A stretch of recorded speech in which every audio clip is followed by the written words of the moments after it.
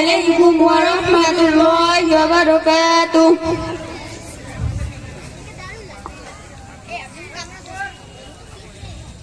আসসালামু আলাইকুম ওয়া রাহমাতুল্লাহি ওয়া বারাকাতুহু। ওয়া আলাইকুম সালাম ওয়া রাহমাতুল্লাহি ওয়া বারাকাতুহু। আরে শবনম, কোথায় যাবি এত ফ্যাশন পোশাক আশাক পরে? কোথায় আবার শো দেখতে? আরে সাহিনা, তুই এত বস্তা বুড়ির মতো ঢেকে ঢুকে কোথায় যাবি? আরে কি বললি? এই পোশাকটা তোর কাছে বস্তা বুড়ির মতো লাগছে? আরে তাই নয় তো কি, একেবারে সর্বশরীর ঢেকে ঢুকে শুধুমাত্র দুই চোখ দিয়ে এদিক ওদিক দেখছিস। আরে আমি তো মনে করতাম তুই খুব ভালো মেয়ে, শিক্ষিত, বুদ্ধিমতী।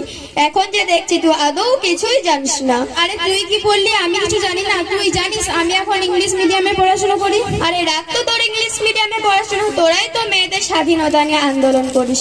আসলে তোরা কি জানিস মেয়েদের স্বাধীনতা কিসের সর্বশরী ঢাকাতে না খোলাতে?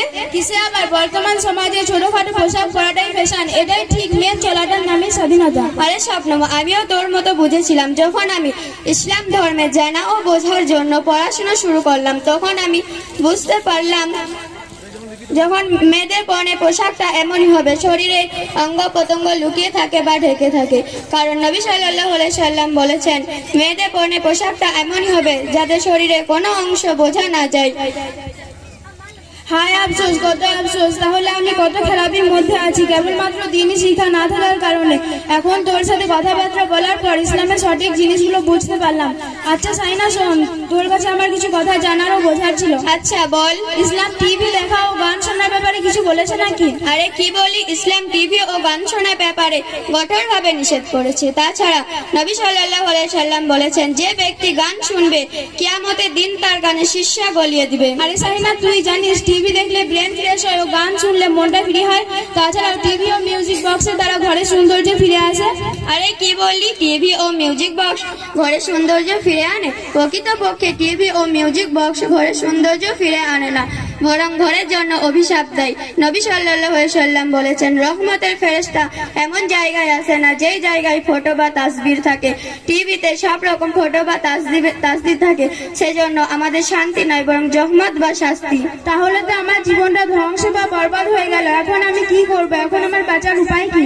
কেন, এখন থেকে তুই সব খারাপই ছেড়ে দে, নামাজ পড়, কোরআন পড়, তাহলে তুই ইহকাল শান্তি পাবি ও পরকালেও মুক্তি পাবি। কিন্তু আমি তো কোরআন পড়তে জানি না, নামাজ পড়তে পারি না। আরে সবাই কি সব কিছু জানে? কিছু জানানো হয়, কিছু জেনে নিতে হয়, তারপর সব কিছু জানা যায়। আচ্ছা তুই কি জানিস গোসলের মধ্যে কয়টি ফরজ? গোসলের মধ্যে আবার কয়টি ফরজ? গোসলের মধ্যে অনেক ফরজ, যেমন গামছা নেওয়া, সাবান, শ্যাম্পু মাখা ইত্যাদি। বাহ বাহ, বলতো দেখি উজুর মধ্যে কয়টি ফরজ? উজুর মধ্যে 5টি ফরজ, যেমন গামছা নেওয়া, সাবান, শ্যাম্পু মাখা, হাত পা ধোয়া, তারপর গামছা দিয়ে মুখ মোছা। আরে তুই তো ভালো বলি, কিন্তু দুঃখের বিষয় এভাবে গোসল করলে না অপবিত্র থেকে পবিত্র হবি, আর না এমন উজু করলে নামাজ হবে না, কোরআন পড়া যেতে পারে। তাহলে স্বপ্নম শোন, গোসলের মধ্যে 3টি ফরজ। 1 নাম্বার ভালোভাবে কুল্লি করা, 2 নাম্বার নাকের নরম হাড্ডি পর্যন্ত পানি পৌঁছানো, 3 নাম্বার সমস্ত শরীরে এরূপ পানি প্রবাহিত করা যেন এক চুল কথা যেন শুকনো না থাকে। আরে সাইনা, তুই তো দেখছো অনেক কিছু জানিস, এত কিছু কথা শিখলি কোথা থেকে?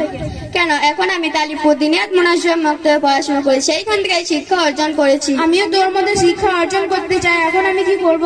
তোর কোনো চিন্তা কর নাই। তালিপুর দিনিয়াত মুনাজ্জম মক্তবে জিম্মেদার মাস্টার নূর হোসেন সাহেব এবং মোহাম্মদ মাসুদ হোসেন সাহেব, এদের সাথে পরামর্শ করলে তোর ব্যবস্থা হয়ে যাবে ইনশাআল্লাহ। আসসালামু আলাইকুম ওয়া রাহমাতুল্লাহি ওয়া বারাকাতুহু।